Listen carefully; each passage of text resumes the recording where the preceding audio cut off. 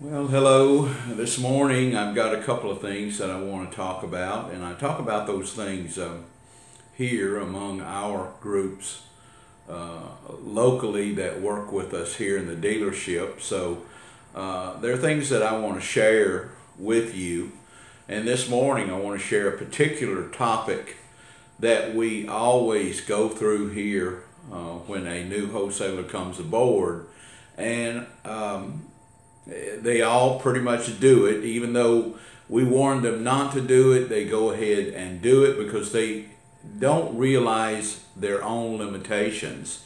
And so we really know they're not going to do it, even though we tell them, to beware of doing it. They can't beware because it's an experience that they really have to go through themselves. But we prepare them for it.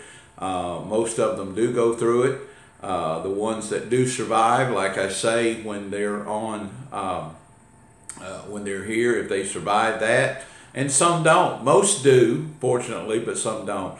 Now, the first thing, excuse me for clearing my throat here, but I want to get started with, I want to give a shout out, but I don't mention names. I've done that one time in my videos, and I'm very fortunate now that some people, especially younger people that are in the car business, and for some reason or another, they have their video channels, and that's great, but they choose to contradict and laugh at me and things of that nature, and I'm really flattered by it, honestly. Every time that I see my name mentioned as somebody wants to make a joke out of me on their video, I'm flattered by that because I know that they're paying attention.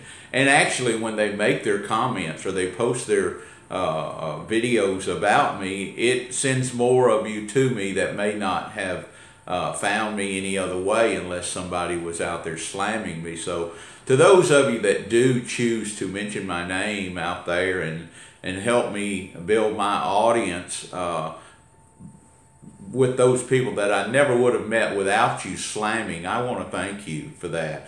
And now the main reason that I know if you come here, a lot of you ask sometimes if you're going to make it in the car business. I want to tell you one thing about this channel. You don't come here to see pretty women that some of these people have on their videos, and I too think they're very beautiful women, but you don't come here to look at women. You certainly don't come here to look at an attractive man, and you don't come here because of my wit.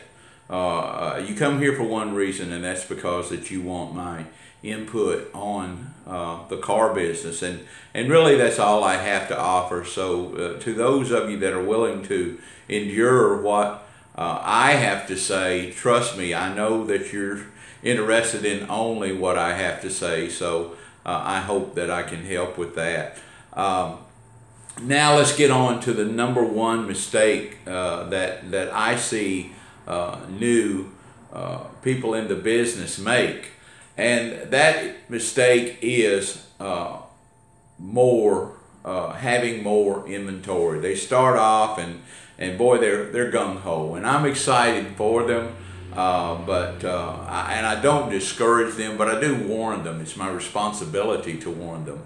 And the more cars that they sell here at Auto Wholesale Group, the more cars that every one of us sell helps our ultimate goal. So it's really in my favor financially for them to do exactly what they do, and that's go out and make that mistake. So if I was a person that was really interested in money only, I would say go for it, guys. Go out here and buy. When you go into the auction, you've got a smorgasbord of automobiles out there, and buy them, because every time they sell one, of course, we collect a processing fee. So for as a financial interest only, I want them to do exactly what they do, and that's make that mistake. But my morals are different than that. I want to caution them. I'm more interested in their long-term view. And that mistake is going out and just buying too many cars.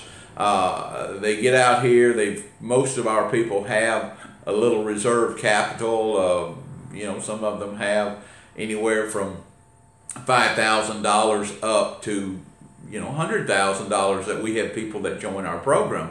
And what they do is they go out and they've got this amount of money to work with, and most of the time that amount of money is through something that they've made from either an inheritance or a gift, or maybe the sale of a house or something of that nature, and they have an abundance of cash, and they want to throw that cash out there, and so they go out and they buy a lot of automobiles, and